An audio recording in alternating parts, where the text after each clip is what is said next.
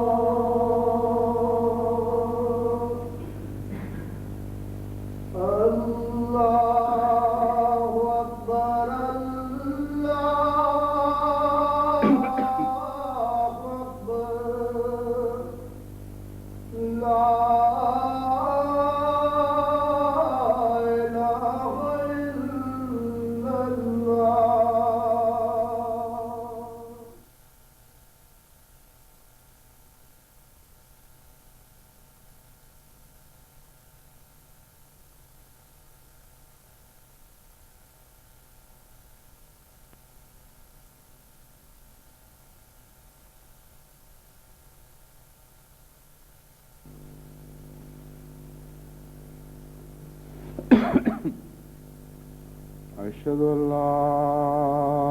إله إلا الله وحده لا شريك له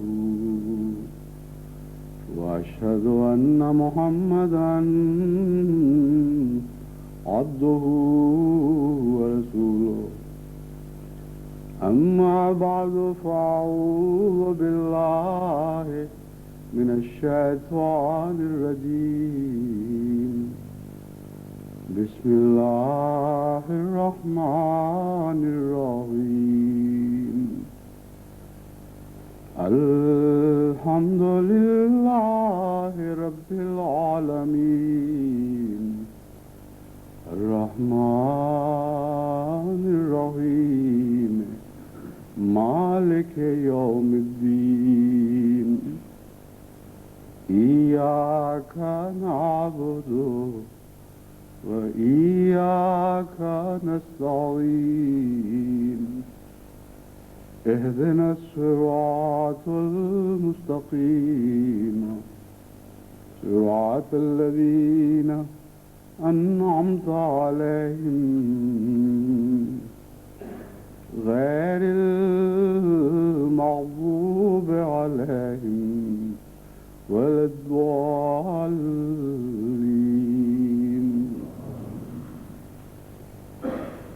آج سے 1 سال پہلے 10 جون 1988 کو جماعت احمدیہ عالمگیر کی نمائندگی میں جو مباہلے کا چیلنج میں نے دشمنان احمدیت کے سربراہوں اور مکفرین اور مکذبین کے امراء کو دیا تھا، اس پر آج 1 سال گزرتا ہے. اس دوران میں جو خدا تعالیٰ کی طرف سے نشانات ظاہر ہوئے ان میں سے چند کا تذکرہ آج میں کروں گا، لیکن اس سے پہلے کچھ وضاحتیں کرنی ضروری سمجھتا ہوں. مباہلے کی تاریخ کا آغاز 10 جون سے ہوتا ہے اور 9 جون کو ان سال یعنی آج وہ سال پورا ہوتا ہے، لیکن اس کے علاوہ بھی کچھ مباہلے اس دوران پیدا ہوئے ہیں، یعنی چونکہ ایک سال کی مدت میں نے مکذبین اور مکفرین کے عمراء کو دے رکھی تھی، اس لیے اس سال کے دوران بھی جب انہوں نے قبول کرنے کا اقرار کیا تو میں نے اس سے تسلیم کر لیا۔ اس لیے جہاں تک احمدیہ جماعت کی طرف سے اللہ تعالیٰ پر توکل کرتے ہوئے چیلنج دینے کا تعلق ہے، ہمارا یہ سال آج پورا ہو رہا ہے۔ جہاں تک دشمنان احمدیت کے اس چیلنج کو قبول کرنے کا تعلق ہے، بعض نے عمومی طور پر اسی وقت قبول کیا اور اخبارات میں اس کا اظہار کیا، لیکن ساتھ شرطیں ایسی لگائیں جن کے نتیجے میں ان کے لیے فرار کی راہ کھلی تھی اور یہ کہنے کا موقع باقی تھا کہ ہم نے تو یہ کہا تھا کہ فلاں جگہ پہنچو تو مباہلہ ہوگا اور فلاں جگہ پہنچو تو نہیں ہوگا۔ ان مباہلوں کو میں مباہلوں میں شمار نہیں کرتا، لیکن اس کے علاوہ جن لوگوں نے مثلا ہندوستان کے بعض علماء نے مشارکت زمانی کہہ کر، یعنی یہ کہہ کر کہ اگرچہ ایک جگہ ہم اکٹھے نہیں ہو سکتے لیکن زمانے میں مشترک ہو سکتے ہیں، اس لیے فلاں تاریخ کو آپ بھی دعائیں کریں، ہم بھی دعائیں کرتے ہیں اور ہمارے نزدیک یہ مباہلہ ہو جائے گا، اس کو میں مباہلہ تسلیم کرتا ہوں، ان معنوں میں کہ دونوں طرف سے برابر کا مباہلہ ہے اور دونوں کی طرف سے خوب وضاحت کے بعد اس ذمہ داری کو قبول کر لیا گیا ہے۔ اسی طرح ہندوستان میں ابھی کچھ چند دن پہلے ایک مباہلہ میری اجازت سے ہوا اور وہ بھی چونکہ اس سال کے اندر ہوا، اس لیے اسے بھی بطور مباہلہ کے ہم تسلیم کر چکے ہیں اور بعد کے آنے والے حالات کا انشاءاللہ تعالی جائزہ لیں گے۔ اس دوران بعض انفرادی واقعات بھی ہوئے ہیں جن کا جماعت کی طرف سے اجتماعی مباہلے سے تعلق نہیں تھا، لیکن اس مباہلے کی سائے کے سائے میں اس سے جرأت اور حوصلہ پا کر بعض احمدیوں نے انفرادی طور پر بعض دوسرے غیر احمدی مخالفین کو انفرادی طور پر چیلنج دیا اور وہ انہوں نے قبول کیا۔ اس کی تاریخ بھی ہم باقاعدہ منضبط کر رہے ہیں، محفوظ کر رہے ہیں، اور بہت سے ایسے نشانات ظاہر ہو چکے ہیں جو حیرت انگیز ہیں، کچھ اور انشاءاللہ ہوں گے۔ اس بارے میں بھی میں علیحدہ بعد ازاں کسی وقت جماعت کو مطلع کروں گا۔ آج جو گفتگو کر رہا ہوں اس کا اس سال کے عمومی حالات سے تعلق ہے اور مباہلے کی دعا سے تعلق ہے۔ مباہلے کی دعا میں نے یہ نہیں کہا تھا کہ اس عرصے میں کوئی احمدی نہیں مرے گا اور سارے دشمنان احمدیت مر جائیں گے، ایسی لغو بات میں کرنے کی جسارت نہیں کر سکتا تھا، کیونکہ یہ خدا کی تقدیر میں دخل دینے والی بات ہے اور مباہلے کے مضمون کو حد سے آگے بڑھانے والی بات ہے، سوائے اس کے کہ اللہ تعالیٰ کسی دشمن کی موت کی معین خبر دے۔ ایسے مباہلے کو معین کرنا انسان کے حق میں، انسان کے اختیار میں نہیں ہے، اس لیے جیسا کہ میں آپ کے سامنے اب عبارت پڑھ کے سناؤں گا، آپ کو معلوم ہو جائے گا کہ جو دعا میں نے تجویز کی تھی اور جس کو ملحوظ رکھ کر دشمنوں نے مباہلے کو قبول کیا ہے، وہ دعا یہ تھی: اے قادر و توانا عالم الغیب والشہادہ خدا، ہم تیری جبروت اور تیری عظمت اور تیرے وقار اور تیرے جلال کی قسم کھا کر اور تیری غیرت کو ابھارتے ہوئے تجھ سے یہ استدعا کرتے ہیں کہ ہم میں سے جو فریق بھی ان دعاوی میں سچا ہے جن کا اوپر ذکر گزر چکا ہے، اس پر دونوں جہان کی رحمتیں نازل فرما، اس کی ساری مصیبتیں دور کر اس کی سچائی کو ساری دنیا پر روشن کر دے، اس کو برکت پر برکت دے اور اس کے معاشرے سے ہر فساد اور ہر شر کو دور کر دے، اور اس کی طرف منسوب ہونے والے ہر بڑے اور چھوٹے مرد اور عورت کو نیک چلنی اور پاکبازی عطا کر اور سچا تقوی نصیب فرما، اور دن بدن اس سے اپنی قربت اور پیار کے نشان پہلے سے بڑھ کر ظاہر فرما، تاکہ دنیا خوب دیکھ لے کہ تو ان کے ساتھ ہے اور ان کی حمایت اور ان کی پشت پناہی میں کھڑا ہے، اور ان کی حمایت اور ان کی پشت پناہی میں کھڑا ہے، اور ان کے اعمال، ان کی خصلتوں اور اٹھنے اور بیٹھنے اور اسلوب زندگی سے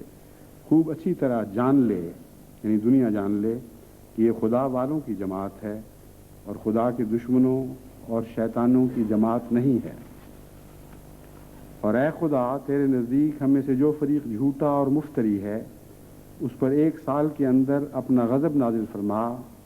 اور اسے ذلت اور نکبت کی مار دے کر اپنے عذاب اور قہری تجلیوں کا نشانہ بنا، اور اس طور سے ان کو اپنے عذاب کی چکی میں پیس اور مصیبتوں پر مصیبتیں ان پر نازل کر اور بلاؤں پر بلائیں ڈال کہ دنیا خوب اچھی طرح دیکھ لے کہ ان آفات میں بندے کی شرارت اور دشمنی اور بغض کا دخل نہیں، بلکہ محض خدا کی غیرت اور قدرت کا ہاتھ یہ سب عجائب کام دکھلا رہا ہے۔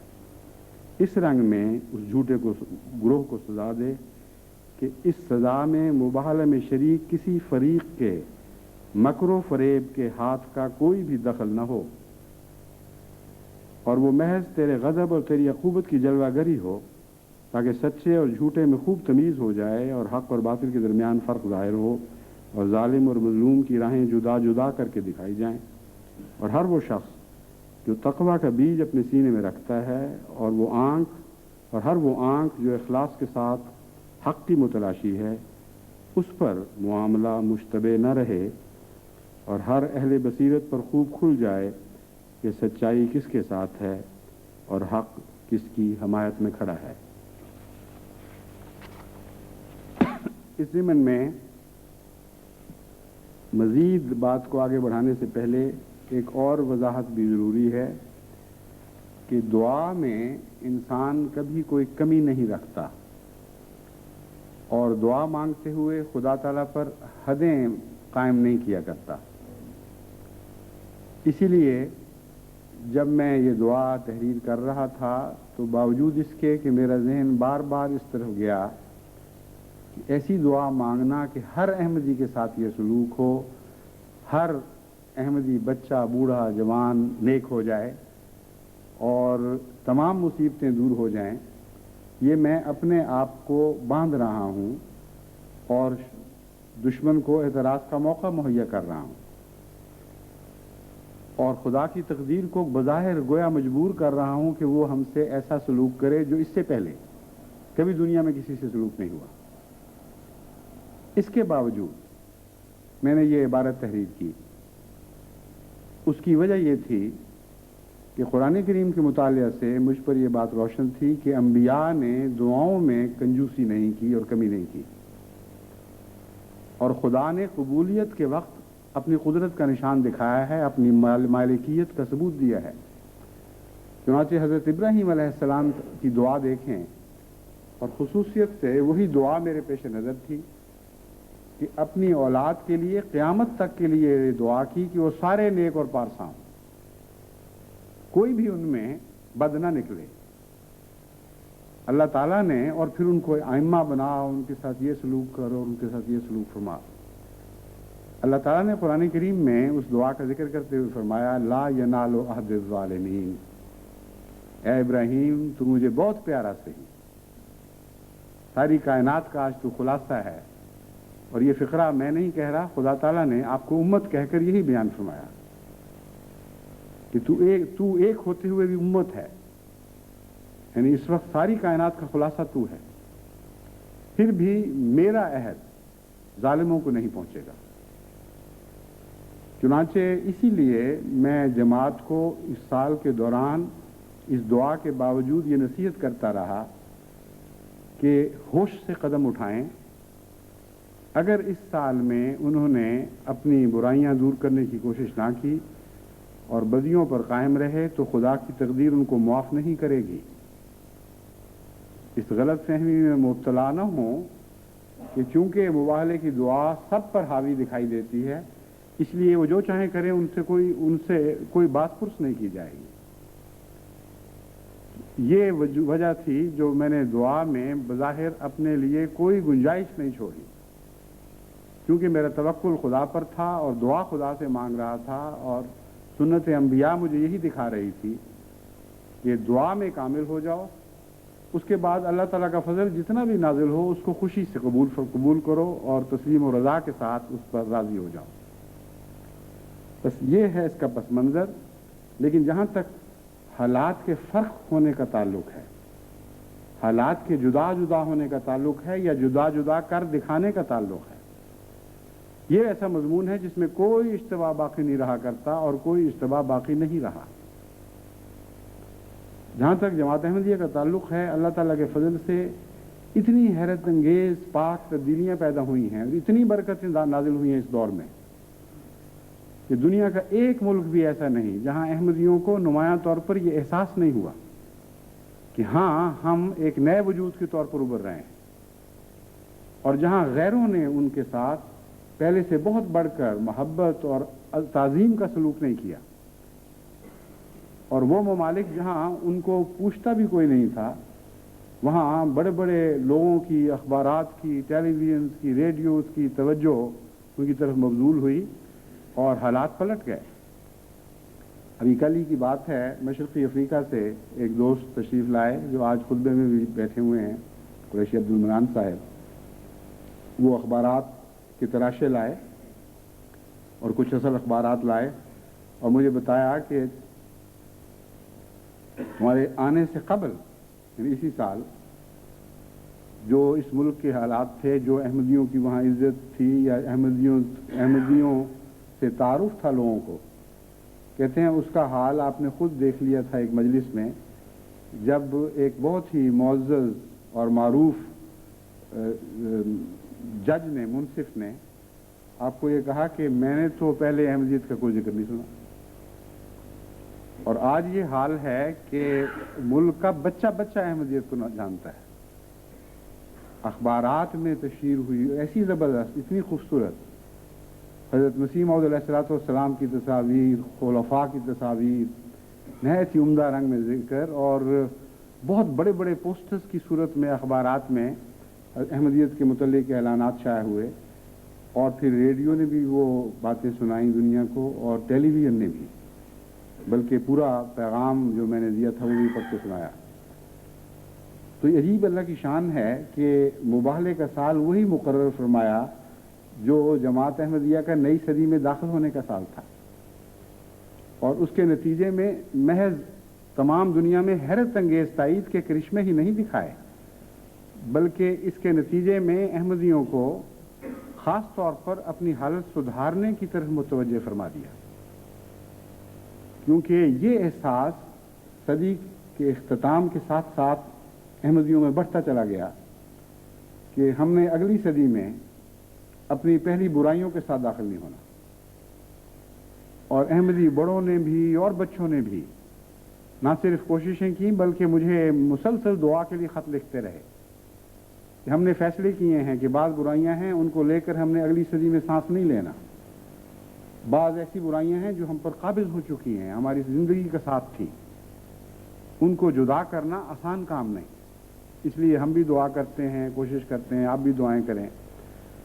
تو مجھے بار بار اس سے یہ محسوس ہوتا رہا کہ عجیب اللہ کی شان ہے کہ اس نے مباہلے کی دعا ایسے سال میں کروائی جبکہ تمام حالات کا رخ احمدیوں کی اصلاح کی جانب تھا، اور وہ اس مباہلے کی کامیابی میں ممد ثابت ہوئے۔ چنانچہ اس سے پہلے سالوں کی آپ ڈاک کا مطالعہ کریں، جو ربا جایا کرتے تھے باہر سے، وہ ربا کی غم کا اظہار تو کیا کرتے تھے، ان کی تکلیف کا بھی، مگر یہ نہیں لکھا کرتے تھے کہ ہم نے ربا کی مساجد میں غیر معمولی رونق دیکھی۔ لیکن اب جو بھی جاتا ہے وہ واپس آ کر بتائے یا وہاں سے خط لکھے، وہ یہی لکھتا ہے کہ سب سے زیادہ اثر طبیعت پر اس بات کا پڑتا ہے کہ ربا کی مساجد اس طرح آباد ہیں، ایسی پر رونق ہیں کہ ہم نے پہلے کبھی زندگی میں یہ نظارے نہیں دیکھے تھے۔ بس خدا تعالیٰ کے فضل کے ساتھ جماعت کے اندر غیر معمولی اصلاح کی توجہ پیدا ہوئی اور غیر معمولی اصلاح کی توفیق ملی۔ ابھی کچھ دن ہوئے انگلستان کی جماعت کے ہی ایک دوست مجھے ملنے آئے، تو ان کو میں نے دیکھا کچھ پہلے سے موٹے ہوئے تھے۔ میں نے کہا کیا بات ہے؟ انہوں نے کہا مجھے ساری زندگی سگریٹ پینے کی عادت تھی، میں نے فیصلہ کیا کہ نئی صدی میں سگریٹوں کے ساتھ داخل نہیں ہونا۔ وہ چونکہ چھوڑ بیٹھا ہوں، اس لیے اس کے رد عمل کے طور پر مجھے کچھ موٹاپے کی طرف رجحان پیدا ہوا ہے، لیکن اب آہستہ آہستہ میں اس کے اوپر قابو پا رہا ہوں۔ تو ہر شخص نے کچھ نہ کچھ سوچا ہوا تھا، اور ہر شخص کو اپنی سوچ اور ہمت اور توفیق کے مطابق اللہ تعالیٰ اصلاح کی طرف اصلاح کی طاقت عطا فرماتا ہے۔ بس آج ہم بالعموم تمام دنیا کی جماعتوں کی نمائندگی میں یہ اعلان کر سکتے ہیں کہ مباہلے کے اس سال میں جماعت احمدیہ کے اکثر افراد کو اس توجہ اور غیر معمولی انہماک کے ساتھ اپنی برائیاں چھوڑنے اور نیکیاں اختیار کرنے کی توفیق ملی ہے کہ اس سے پہلے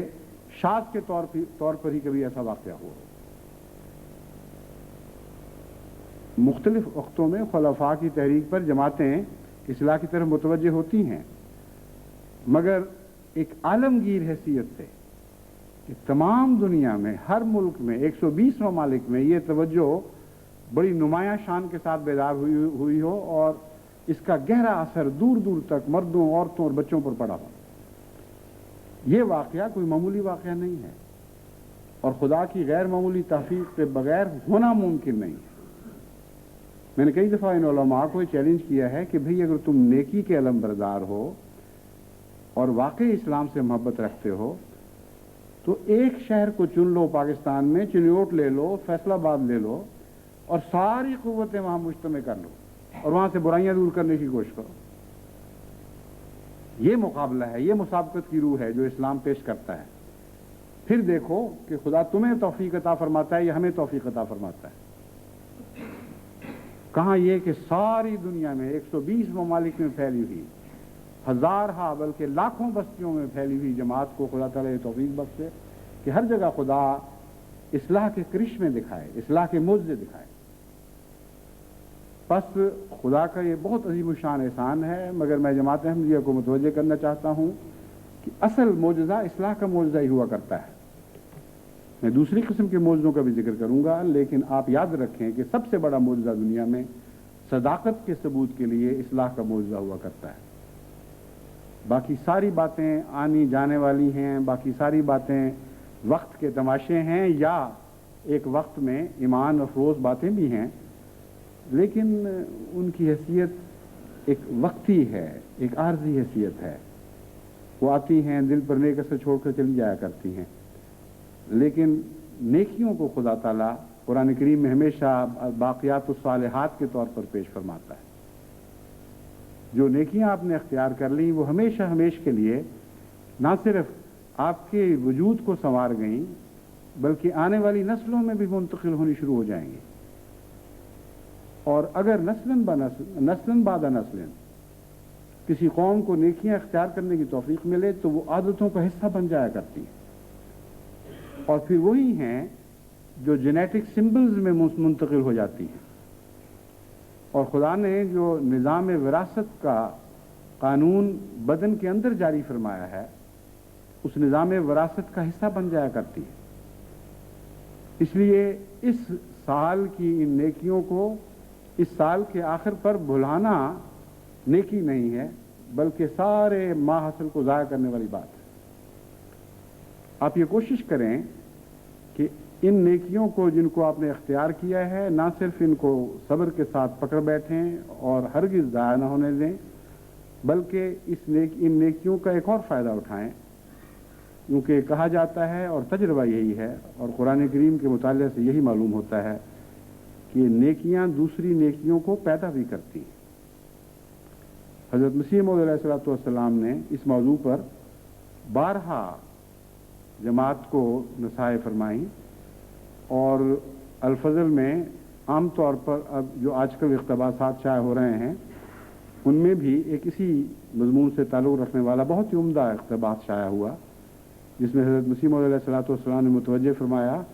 کہ بدیاں بھی بدیاں پیدا کرتی ہیں، نیکیاں بھی نیکیاں پیدا کرتی ہیں۔ بہت کم بدیاں ہیں جو لاولد ہوں اور بہت کم نیکیاں ہیں جو لاولد ہوں۔ جیسا انسانوں میں بعض بانجھ ہوتے ہیں اور بعض صاحب اولاد، اسی طرح نیکیوں کا حال ہے۔ بعض نیکیاں بڑی صاحب اولاد ہوتی ہیں اور بعض بدیاں بھی بڑی صاحب اولاد ہوتی ہیں، اور اس کے برعکس بھی نظارے دیکھنے میں آتے ہیں۔ اس لیے اب آپ نیکیوں کو بڑھانے کی طرف متوجہ ہوں اور ان نیکیوں کی توفیق سے مزید توفیق خدا سے مانگیں، کیونکہ اصلاح کا تو کوئی کنارہ نہیں ہے۔ یہ ایک ایسا نظام ہے جس کو ہم روزمرہ کی زندگی میں مشاہدہ کرتے ہیں۔ مثلا آپ نے دیکھا ہوگا ہمارے ملک میں قوموں کے ساتھ بعض مزاج متعلق کر دیے گئے ہیں، منسلک کر دیے گئے ہیں کہ یہ میراثی ہے، اس میں مزاح ضرور ہوگا، یہ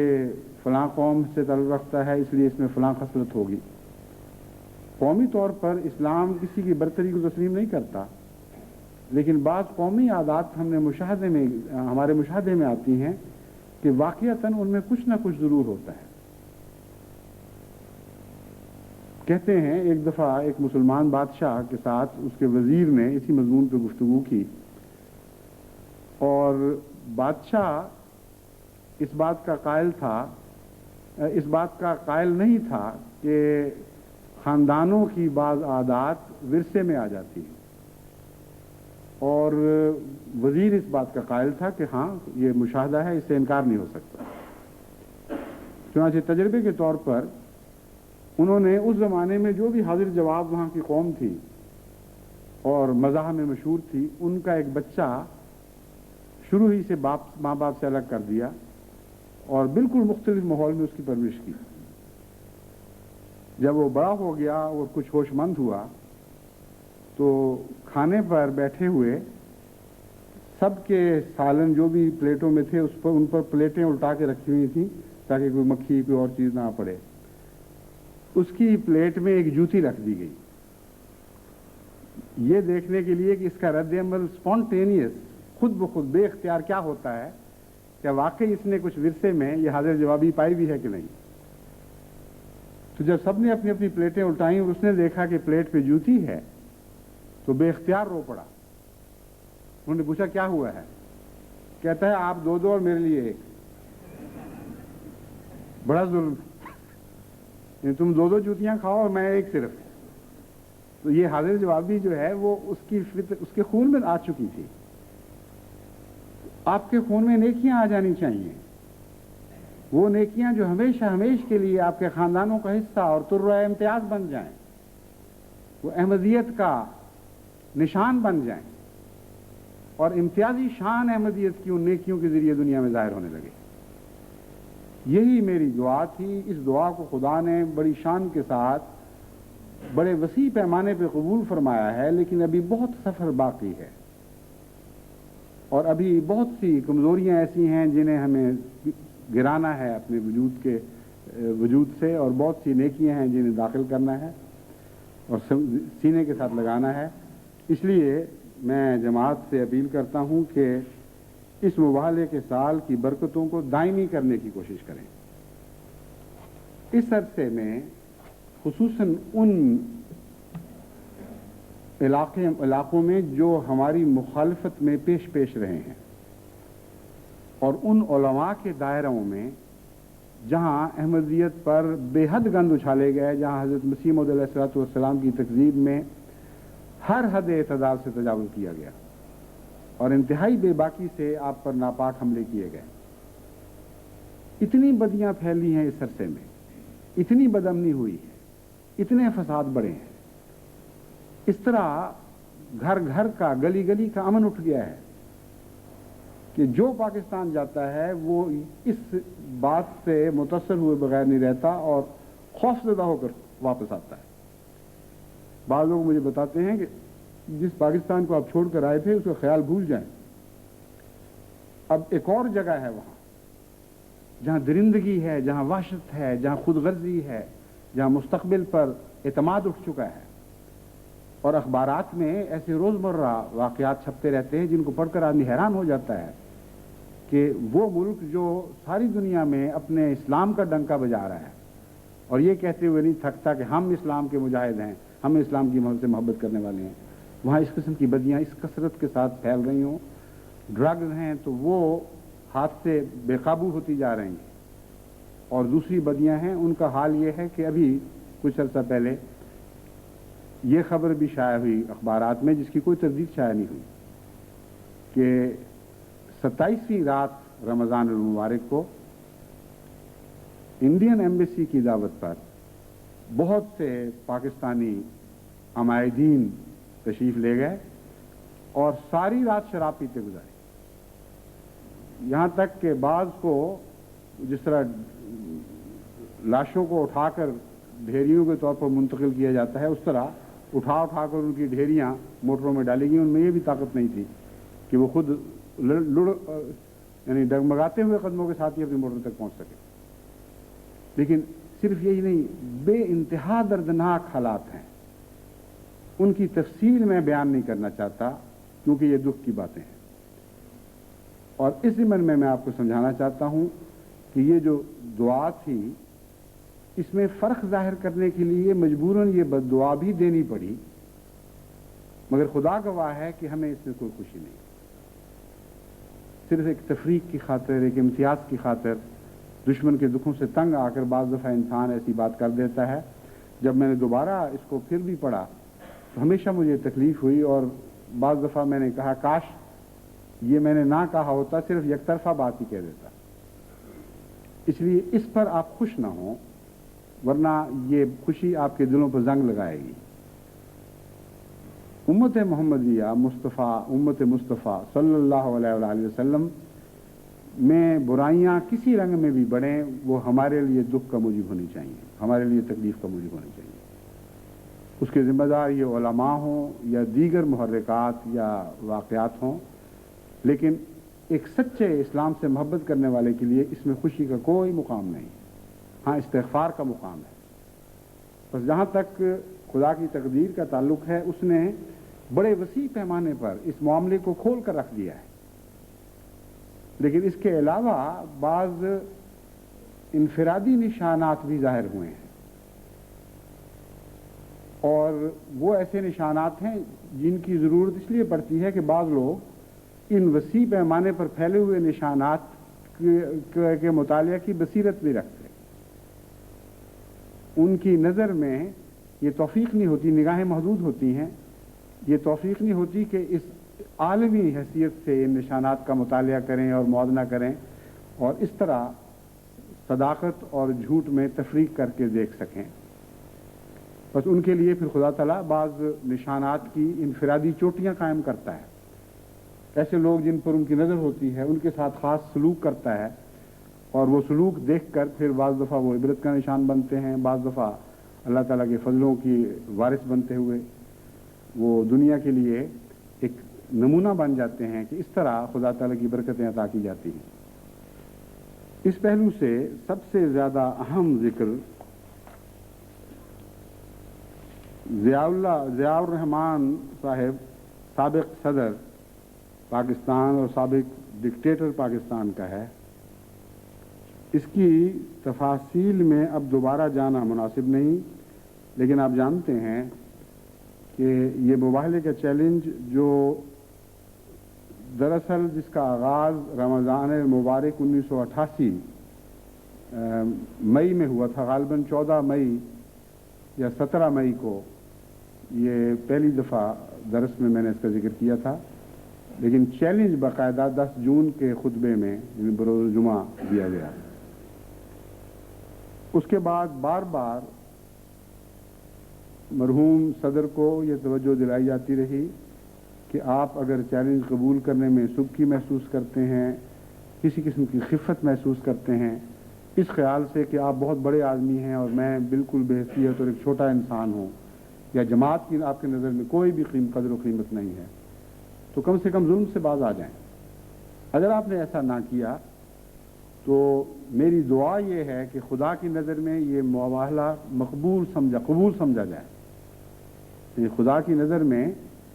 آپ کی حیثیت مباہلہ قبول کرنے والے کی شمار ہو اور پھر خدا کا عذاب آپ پر نازل ہو۔ اس لیے میں آپ کو متنبہ کرتا ہوں، ہاں اگر آپ ان چیزوں سے باز آ جائیں تو آپ کا پیغام ہمیں یہی ہوگا کہ ہاں میں مباہلہ قبول کرنے کی اہلیت نہیں رکھتا، میں مباہلہ قبول کرنے کی استطاعت نہیں رکھتا، اس لیے میں اپنے ظلموں سے توبہ کر رہا ہوں۔ ایسی صورت میں ہم یہ دعا کریں گے کہ اللہ تعالیٰ آپ پر فضل فرمائے، آپ کو مزید ہدایت عطا کرے۔ نہ صرف یہ کہ انہوں نے اس نصیحت پر عمل نہیں کیا بلکہ مخالفانہ عمل کیا اور شرارت میں بڑھنا شروع ہوئے، یہاں تک کہ مرنے سے چند دن پہلے ایک مبہم سا ذکر بھی کیا کہ میں عنقریب ایک خوشخبری اور سناؤں گا۔ اللہ بہتر جانتا ہے کہ کیا خباثت پنپ رہی تھی جس کو پایہ تکمیل پر پہنچنے سے پہلے ہی خدا نے نوچ کر پھینک دیا، مگر بہرحال وہاں سے جو اطلاعات مل رہی تھیں ان سے یہی معلوم ہوتا تھا کہ جو انہوں نے مرنے سے کچھ عرصہ پہلے علماء کی کانفرنس بلائی تھی جس میں یہ وعدہ کیا تھا خوشخبری کا، اس میں کچھ احمدیوں کے خلاف سازشیں ہوئی تھیں اور انہیں پھر مزید قوانین کی صورت میں ڈھال کر احمدیوں کا عرصہ حیات مزید تنگ کرنے کا فیصلہ کیا گیا تھا۔ بہرحال 14 اگست کی رات کو 14 اگست کا دن تھا جمعہ، اور 13 اور 14 کی درمیانی رات کو میں نے اس سے پہلے ہی یہ فیصلہ کر لیا تھا کہ اس خطبے میں یہ ذکر کروں گا کہ ضیاء الحق صاحب نے عملاً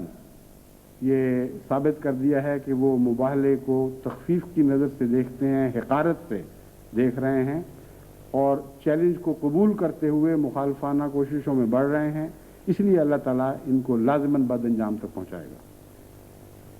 لیکن اسی رات یہ عجیب رویا میں نے دیکھی کہ وہ تفصیل آپ جانتے ہیں، صرف خلاصہ اس کا یہ ہے کہ خدا کے غضب کی چکی جس طرح پہلے دشمنوں کو پیستی رہی ہے اس طرح لازماً اب بھی چلے گی،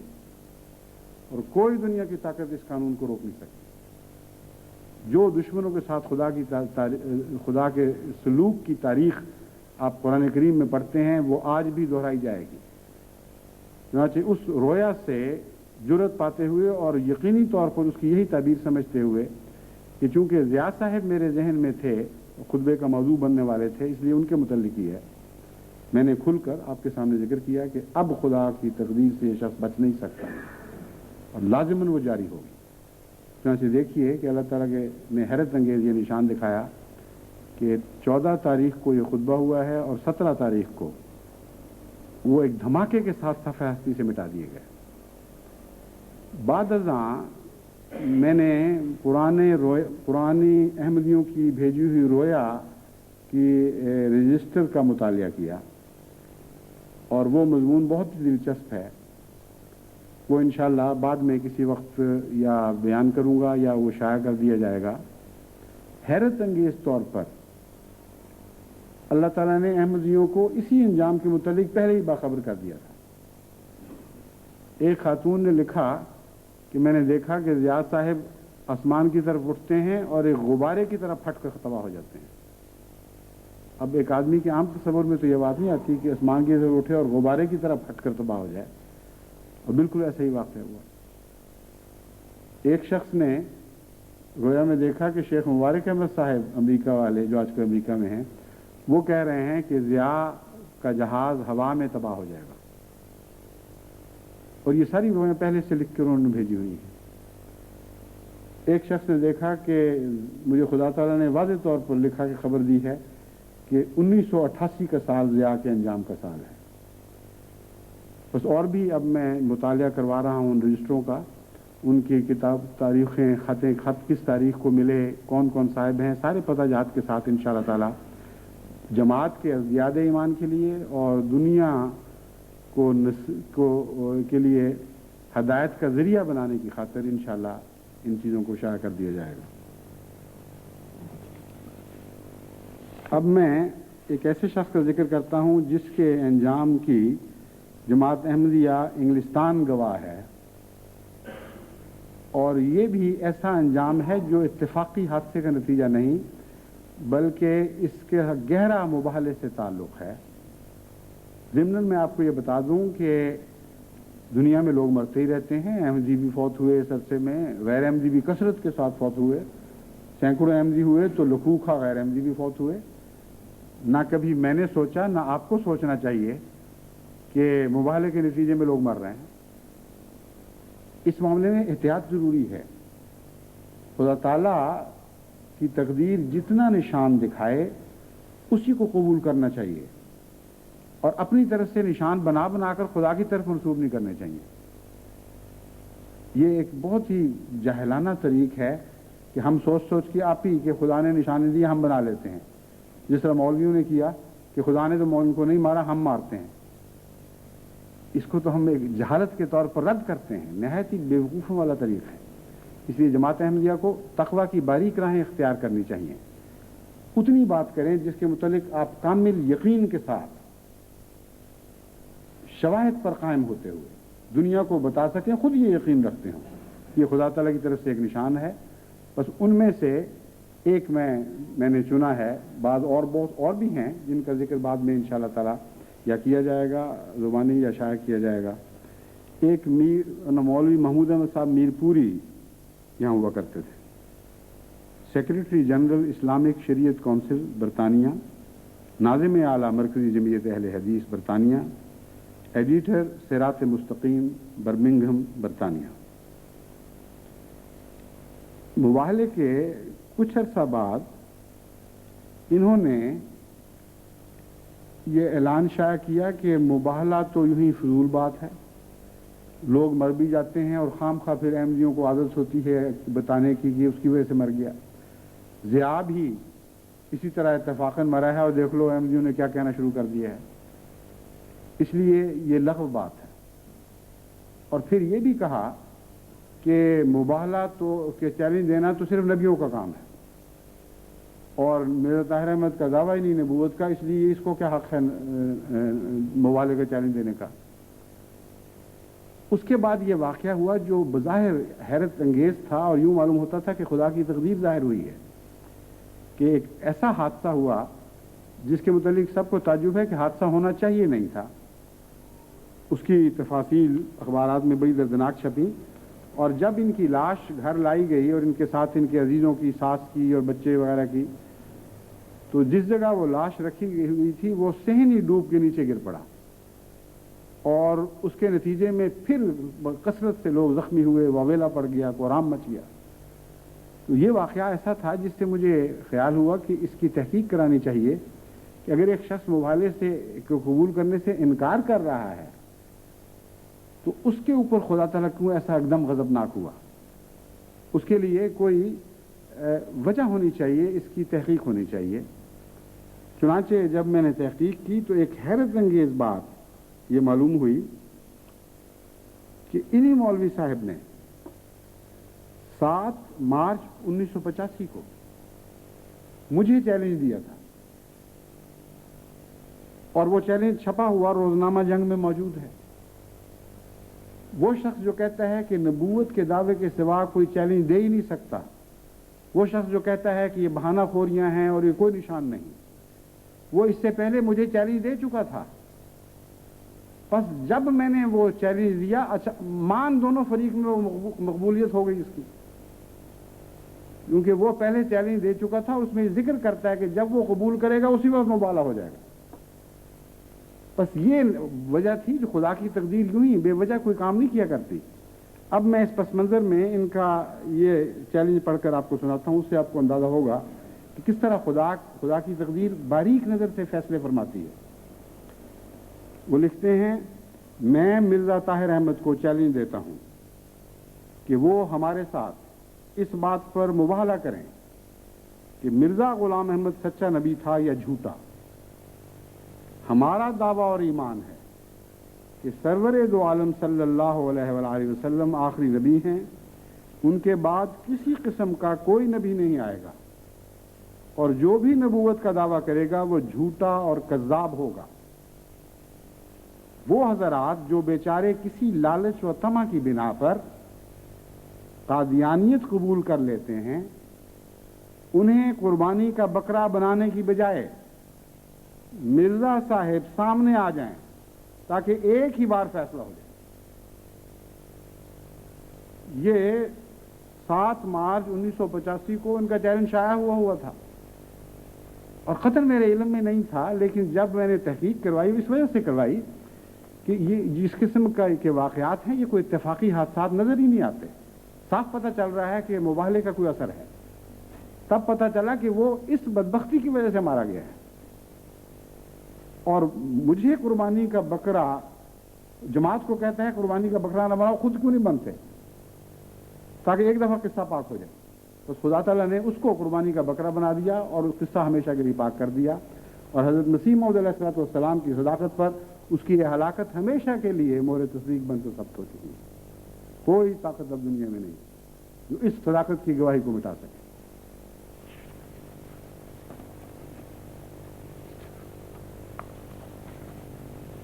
جو دوسرے حوالے جن سے مجھے تعجب ہوا تھا، جس میں اس نے انکار کیا ہوا ہے،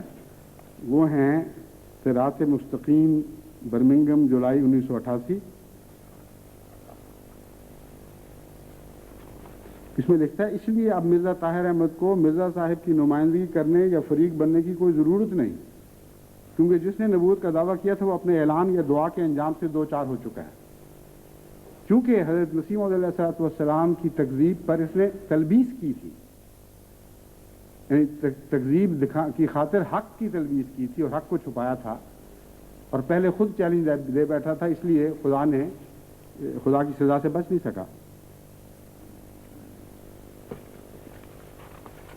جنگ لندن 11 اکتوبر کو ان کے اسی میں ایک اور بات یہ لکھی، جہاں تک مباہلہ کا تعلق ہے وہ تو نبوت کا دعویٰ کرنے والا ہی دے سکتا ہے۔ تو وہ پہلا مباہلہ جب اس کا چیلنج جب دیا تھا وہ نبوت کا دعویٰ کر رہے تھے اس وقت، اور جھوٹا دعویٰ نبوت کرنے والا ویسے ہی ہلاک ہو جایا کرتا ہے۔ 10 اکتوبر 1988 کو اس کار کے حادثے کی خبر چھپی ہے۔ واقعتاً یہ بھی ایک دردناک خبر ہے، اس پر ہمیں خوشی نہیں ہے۔ پھر برمنگھم کے ڈیلی نیوز میں جو واقعہ شائع ہوا ہے، غمزدہ بیوہ کو ایک اور حادثہ سے دوچار ہونا پڑا، اور اس طرح سوگواروں کا ہجوم، یہ انگریزی اخبار میں شائع ہوئی، اس کا ترجمہ کیا گیا ہے، ہجوم کا ہجوم تہ خانے میں جا پڑا، اور پھر اس سے بہت سے زخمی ہوئے، قریباً 25 کے قریب، اور واویلا پڑ گیا۔ اس پر ہمیں کوئی خوشی نہیں۔ حقیقت ہے اللہ بہتر جانتا ہے کہ یہ ایک تکلیف دہ واقعہ ہے، اور کسی کی تکلیف پر مومن خوش نہیں ہوا کرتا، لیکن خدا کے نشان پر ضرور خوش ہوا کرتا ہے۔ اب میں آپ کے سامنے ایک دوسرے شخص کا ذکر کرتا ہوں جو دریدہ ذہنی میں آج اپنی مثال آپ ہے، اور ان صاحب کا نام ہے منظور احمد چنیوٹی۔ انہوں نے ایک اعلان شائع کیا مباہلے کے جواب میں، اور وہ سرخی اخبار جنگ لندن میں یہ سرخی لگی 30 اکتوبر 1988 کو، اگلے سال 15 ستمبر تک میں تو ہوں گا، قادیانی جماعت نہیں رہے گی، زندہ نہیں رہے گی۔ مولانا منظور احمد چنوٹی کا جوابی چیلنج۔ جب یہ بات شائع ہوئی تو اس کے جواب میں نے ایک خطبہ پڑھا، ایک خطبے میں اس کا ذکر کیا، اور میں نے کہا منظور چنوٹی صاحب ہمیشہ بہانے سے کسی نہ کسی طرح اپنے فرار کی راہ اختیار کر لیا کرتے تھے، اب قابو آ گئے ہیں۔ کھلم کھلا انہوں نے یہ کہہ دیا اور اعلان یہ کیا کہ جماعت احمدیہ نہیں رہے گی، اور اس اعلان کی مماثلت کے طور پر مجھے لیکھ رام یاد آیا، اور اس کا بھی میں نے ذکر کیا کہ اس نے بھی اسی قسم کا ایک اعلان کیا تھا کہ مرزا صاحب سے جھوٹے نکلیں گے، اور میں اس طرح سچا نکلوں گا کہ جس عرصے میں یہ کہتے ہیں کہ میں مٹنے والا ہوں، جماعت احمدیہ صفحہ ہستی سے مٹ جائے گی۔ تو میں نے کہا ایک وہ لیکھ رام تھا، ایک آج ایک لیکھ رام پیدا ہوا جس نے یہ چیلنج کیا ہے۔ اس کے نتیجے میں بعد میں ان کو بڑی سخت گھبراہٹ ہوئی کہ یہ تو میں ایسے چیلنج کر بیٹھا ہوں کہ جو بظاہر پورا ہوتا دکھائی نہیں دیتا. تو انہوں نے ایک پریس کانفرنس میں شاید یا ویسے ہی کسی جگہ اعلان کیا اور روزنامہ جنگ لاہور میں 30 جنوری کی اشاعت 1999 کی اشاعت میں یہ آپ اس کو پڑھ سکتے ہیں. منظور احمد چنوٹی نے دعویٰ کیا کہ انہوں نے 15 ستمبر 1999 تک صرف مرزا طاہر احمد کے ختم ہو جانے کی بات کی تھی، ساری جماعت احمدیہ کی نہیں. چلیں یہ بھی ان کو وقت کے اوپر توبہ کی وضاحت کی توفیق مل گئی.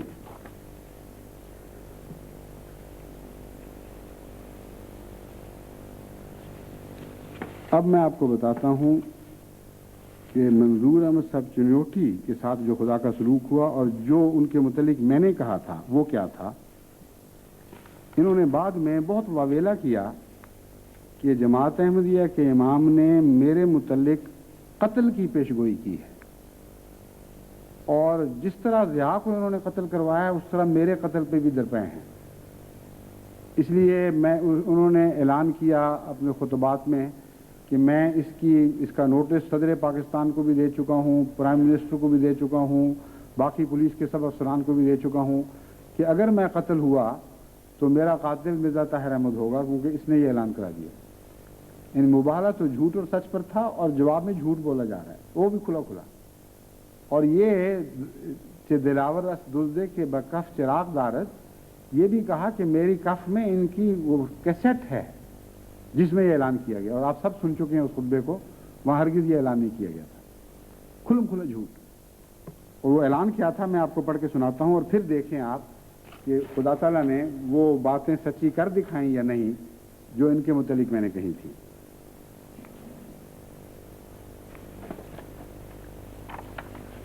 میں نے یہ کہا تھا کہ یہ مولوی لازماً اب اپنی ذلت اور رسوائی کو پہنچنے والا ہے.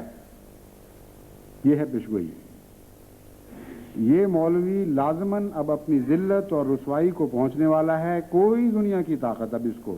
اس ذلت اور رسوائی سے بچا نہیں سکتی جو خدا تعالیٰ مباہلہ میں جھوٹ بولنے والے باغیوں کے لیے مقدر کر چکا ہے. اور لعنت اللہ علی الکاذبین کے اثر سے اور اس کی پکڑ سے اب کوئی دنیا کی طاقت اسے بچا نہیں سکتی. بس انشاءاللہ ستمبر آئے گا اور ہم دیکھیں گے کہ احمدیت نہ صرف زندہ ہے بلکہ زندہ تر ہے. ہر زندگی کے میدان میں پہلے سے بڑھ کر زندہ ہو چکی ہے. اگر مولوی منظور چنوٹی زندہ رہا، یہ الفاظ ہیں، تو ایک ملک بھی اس کو ایسا دکھائی نہیں دے گا جس میں احمدیت مر گئی ہو. اس کے متعلق کہتا ہے کہ وہ قتل کے متعلق میرے دھمکی دی گئی ہے. اگر منظور چنوٹی زندہ رہا تو ایک ملک بھی اس کو ایسا دکھائی نہیں دے گا جس میں احمدیت مر گئی ہو، اور کثرت سے ایسے ملک دکھائی دیں گے جہاں پر احمدیت اثر نو زندہ ہوئی ہے. یہ احمدیت نئی شان کے ساتھ داخل ہوئی ہے اور کثرت کے ساتھ مردوں کو زندہ کر رہی ہے. بس ایک وہ اعلان تھا جو منظور چنوٹی نے کیا تھا، ایک یہ اعلان ہے جو میں آج آپ کے سامنے کر رہا ہوں، اور میں آپ کو یقین دلاتا ہوں کہ دنیا ادھر سے ادھر ہو جائے، خدا کی خدائی میں یہ بات ممکن نہیں ہے کہ منظور چنوٹی سچا ثابت ہو اور میں جھوٹا نکلوں. منظور چنوٹی جن خیالات و عقائد کا قائل ہے وہ سچے ثابت ہوں، اور حضرت اقدس مسیح موعود علیہ الصلوۃ والسلام نے جو عقائد ہمیں عطا فرمائے ہیں، آپ اور میں جن کے علمبردار ہیں، یہ عقائد جھوٹے ثابت ہوں، یہ ممکن نہیں. اس لیے یہ شخص بڑی شوخیاں دکھاتا رہا اور جگہ جگہ بھاگتا رہا. اب اس کی فرار کی کوئی راہ اس کے کام نہیں آئے گی، اور خدا کی تقدیر اس کے فرار کی ہر راہ بند کر دے گی، اور اس کی ذلت اور رسوائی دیکھنا آپ کے مقدر میں لکھا گیا ہے انشاءاللہ. جمعہ خطبہ جمعہ 26/11/88. اس کے بعد جو واقعات رونما ہوئے،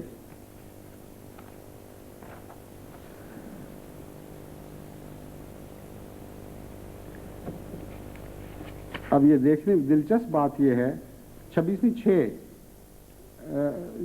میں نے کیا پڑھا تھا، تاریخ کیا پڑھی ہے؟ 26/11 میں بتاتا ہوں ابھی. 88 ہے.